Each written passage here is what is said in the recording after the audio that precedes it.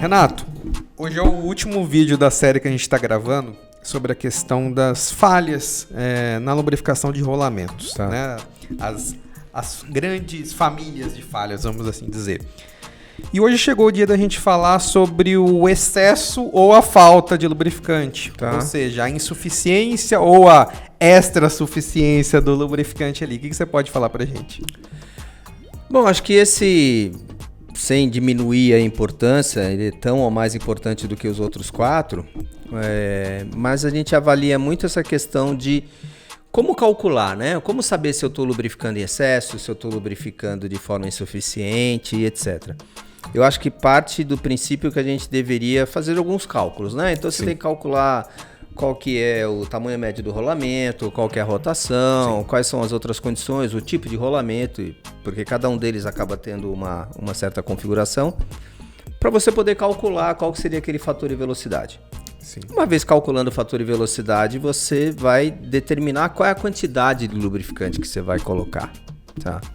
E isso é de suma importância, porque a gente sabe que em alguns casos que você, por exemplo, trabalha com rotações muito altas, normalmente você reduz drasticamente essa quantidade de lubrificante. Sim. Você pode chegar até 15% do espaço livre que você vai colocar somente de graxa no rolamento. Sim. Tá?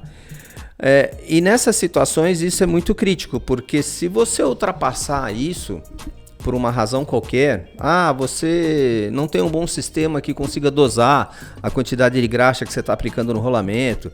Então, às vezes, você faz uma dosagem daqueles tipos, quantas bombadas você vai colocar aqui? Aí você mudou sua bomba graxeira, perdeu o parâmetro. Exato, ou o cara anotou aquilo, sei lá, num pedaço de pão, de pedaço de papel de Sim. pão, daqui a pouco trocou o sujeito, foi lá e não conseguiu ver nada disso. E aí a tendência de você errar é muito grande, né? E uma vez que você aplicou mais graxa do que deveria aplicar, você começa a ter problemas normalmente relacionados a atrito interno. Sim, isso é um problema gigantesco, Renato. E eu acho que não foi à toa da gente ter deixado esse tema por último, porque ele é um dos temas mais polêmicos. Por quê? Muitas vezes quando a gente fala sobre ele, o pessoal pensa na insuficiência do lubrificante. Como um vilão, não coloquei o lubrificante suficiente, gerou o desgaste, gerou o atrito, eu não tinha película lubrificante. E muitas vezes se esquece exatamente disso que você está falando, que o excesso de lubrificante é tão prejudicial quanto a falta dele. Então, o que a gente observa é que, às vezes, na dúvida, o pessoal lubrifica em excesso para garantir, graxa lá dentro. Se quebrar, não vai ser por falta de lubrificação, mas, às vezes, a quebra é exatamente pela sobre-lubrificação que você está colocando no sistema, principalmente a hora que o equipamento vai dar partida, que é onde você está saindo da inércia ali, né, do atrito completamente estático, e ele precisa vencer aquela quantidade enorme de graxa que tem ali no rolamento, é onde a gente vai ter o maior desgaste, a maior falha. Então, é um tema delicado e polêmico, porque muitas pessoas não conseguem entender o quanto que é danoso isso por equipamento. Né? Exato.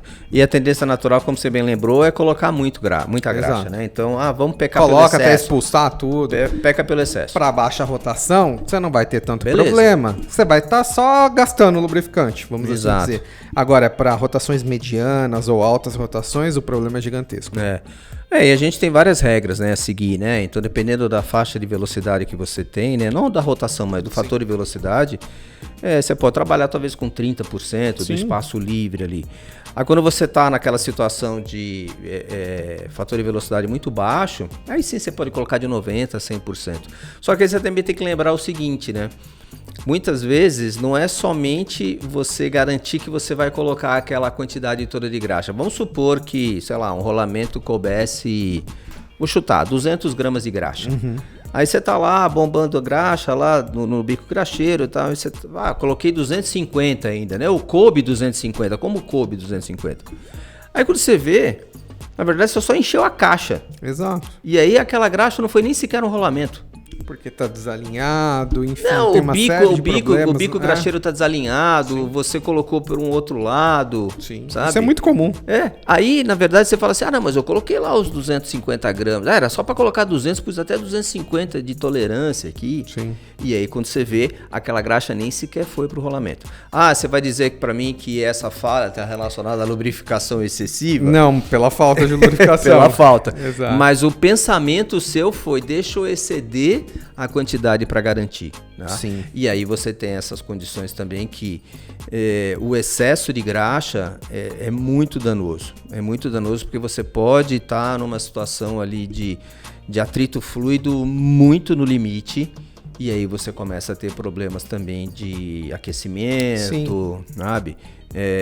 Ou outros tipos de falhas que você pode ter também. Às vezes o lubrificante, de novo, lá o primeiro grupo não é muito adequado, sim, só que você já está muito no limite, então é ruim. Além de você gastar mais e tudo. Agora, mais. Também não adianta você estar usando o lubrificante adequado na quantidade errada. Exato. Também, né? Exato. Então, cada uma dessas falhas tem a sua importância, mas essa última que a gente deixou para o vídeo de hoje, ela é bem importante porque o excesso ou a falta vai comprometer enormemente ali a confiabilidade da operação, né? E a gente não pode esquecer também do seguinte, né? A gente está falando como se fosse a questão da lubrificação inicial. Beleza, você cuidou da lubrificação inicial. E na relubrificação? Sim, são outros cuidados, muitas vezes são outros cálculos que se faz para a lubrificação.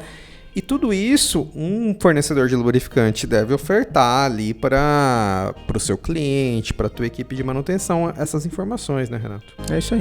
Beleza, valeu.